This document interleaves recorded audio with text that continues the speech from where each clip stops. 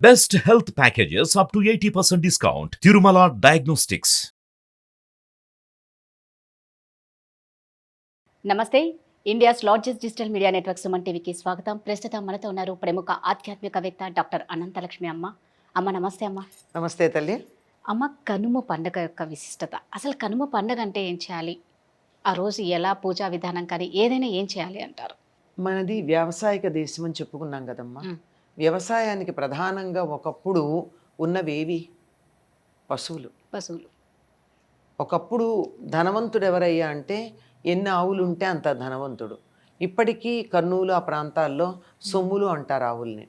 సొమ్ములు. సొమ్ములు మ్. అంటే మనకున్నటువంటి ఆస్తిని పరిగణించాలంటే ఎన్ని ఆవులు గేదెలు ఉన్నాయో దాన్ని బట్టి అంత ధనవంతుడు అని లెక్క. అటువంటి పశు సంపద సహాయంతో వ్యవసాయం చేసేవారు. ఇప్పుడు కూడా మళ్ళీ గో ఆధారిత వ్యవసాయం చేయాలి, ఆరోగ్యానికి మంచిది అంటున్నారు కదా. రకరకాల అనారోగ్యాలకి మనం వాడుతూ ఉన్నటువంటి రసాయనాలే కారణమని వాటి బదులు మళ్ళీ గో ఆధారిత వ్యవసాయం చేయాలని మొదలు పెడుతున్నాం. అటువంటి వ్యవసాయానికి సహకరించినటువంటి ఈ పశువులని ఆరాధించేటటువంటి రోజు కనుమ పండుగ. ఈనాడు పూర్తిగా దీన్ని ఏమంటారు? పశువుల పండుగని కూడా అంటారు.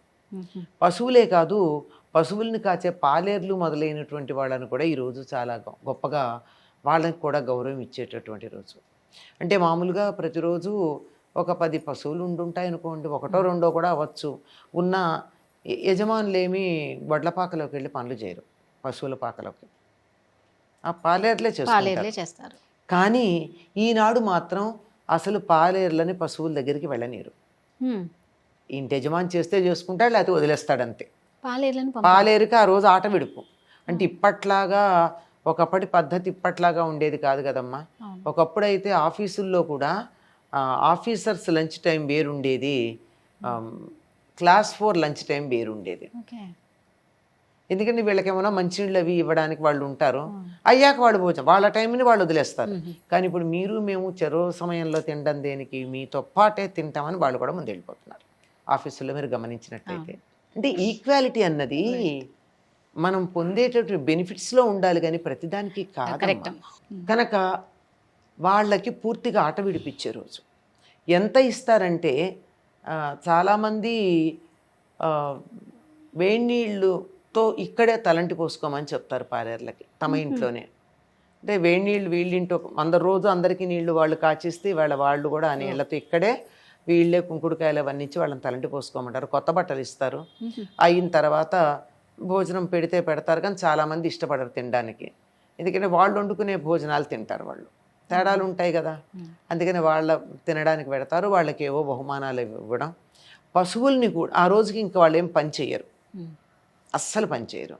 పైగా పని చేయకపోవడం అంటే రాకపోవడం కాదు, వస్తారు, వచ్చి ఇక్కడ వాళ్ళు ఈ బెనిఫిట్స్ అన్నీ తీసుకుంటారు. తీసుకున్న తర్వాత ఈ పశువులకు అంతకు ముందే చక్కగా కొమ్ములకు రంగులు అవి వేయడం, వాటిని అలంకరించడం. ఆవులనైతే కొంచెం కష్టం అనుకోండి కడగడం, గేదెల్ని వాటిని కడిగి సిద్ధంగా పెట్టడం. అలా చేసిన తర్వాత వాటిని కూడా పల్లెటూళ్ళల్లో వాటికి పందాలు అవి వేసేవారమ్మా. ఆవులు ఎడ్ల పందాలు అవి ఉండేవి, దున్నపోతులకి ఎడ్లకి బళ్ళు కట్టి పందాలు. ఇప్పుడు అవన్నీ పెద్దగా లేవు, అక్కడ కోడి పందాల దగ్గర మాత్రమే ఆగిపోయినాయి అవి. అంచేత అంటే పశువులకు కూడా ఒక వినోదం కలిగించటం అన్నది. ఇలా చేస్తూ మొత్తం అంతా పశువులను కూడా ఆరాధించేటటువంటి రోజు. అందుకే పశువుల పండగ అంటారు. దాంతోపాటుగా బళ్ళు, వ్యవసాయానికి ఉపయోగపడేటటువంటి నాగలి వాటి మీదే ఉండేది. ప్రయాణం చేయాలంటే ఎడ్ల బండిలో ప్రయాణం చేసేవారు. కనుక ఆ బండిని ఈ నాగల్ని కూడా పసుపు కుంకాలతో అలంకరించి ఆ రోజు వాటికి కూడా విశ్రాంతి ఇవ్వడం. ఆ పైన పక్షులకు కూడా ఆనాడు ప్రత్యేకంగా పక్షుల వల్ల వ్యవసాయానికి చాలా ఉపయోగం ఉందమ్మా. చాలామందికి తెలియదు.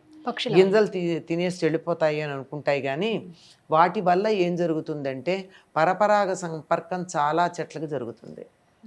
అందువల్ల పంట బాగుంటుంది. ఒకప్పుడు చైనా దేశంలో పిచ్చికలు పంటని తినేస్తున్నాయి అని చెప్పి వాటన్నింటినీ డబ్బులు ఇచ్చి చంపించేశారు. కొన్నాళ్ళ తర్వాత పంట దిగుబడి పరమ భయంకరంగా తగ్గిపోతే పక్కనున్న జపాన్ దేశం నుంచి పిచ్చుకలను తెచ్చుకుని అక్కడ పెట్టుకున్నారు.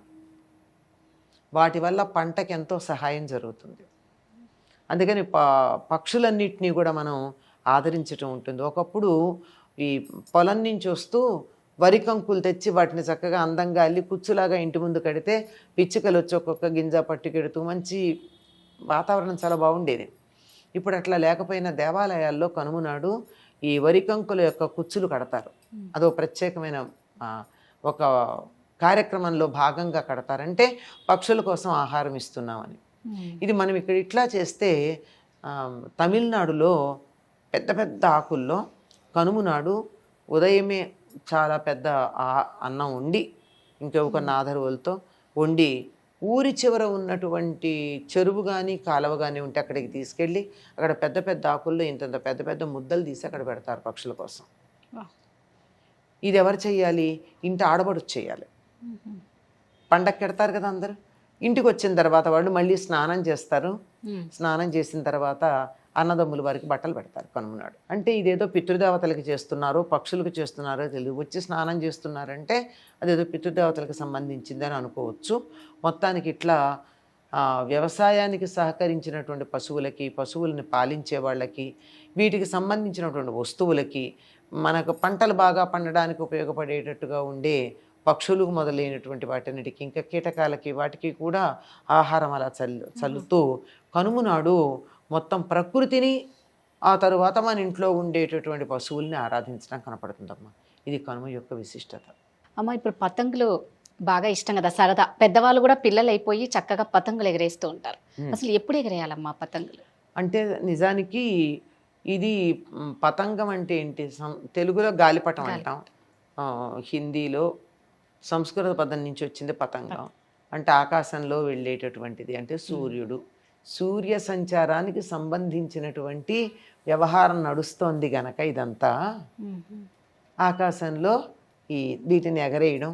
గాలిపటానికి తోక ఉంటుంది కదా, ఆ తోక ఎటు ఉంటుందో దాన్ని బట్టి గాలి వాలోది తెలుసుకునేటటువంటి ఒకనొక కార్యక్రమానికి సంకేతంగా పతంగులు ఎగరేయడం మనకు కనపడుతుంది.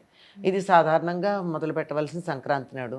కానీ పండగ వాతావరణం మనకి భోగి నాడే మొదలవుతుంది కనుక భోగి, సంక్రాంతి, కనుము ఈ 3 రోజులు, ఇంకా ముక్కనుమని తర్వాత రోజు ఉంటుంది. ఈ 4 రోజులు కూడా పతంగులు ఎగరేసుకుంటూ ఉంటారు. అమ్మ, చాలా చక్కగా చెప్పారు సంక్రాంతి పండుగ గురించి. తెలియని విషయాలు చాలా తెలుసుకున్నాం. ధన్యవాదాలమ్మా. మంచిదమ్మా, శుభం.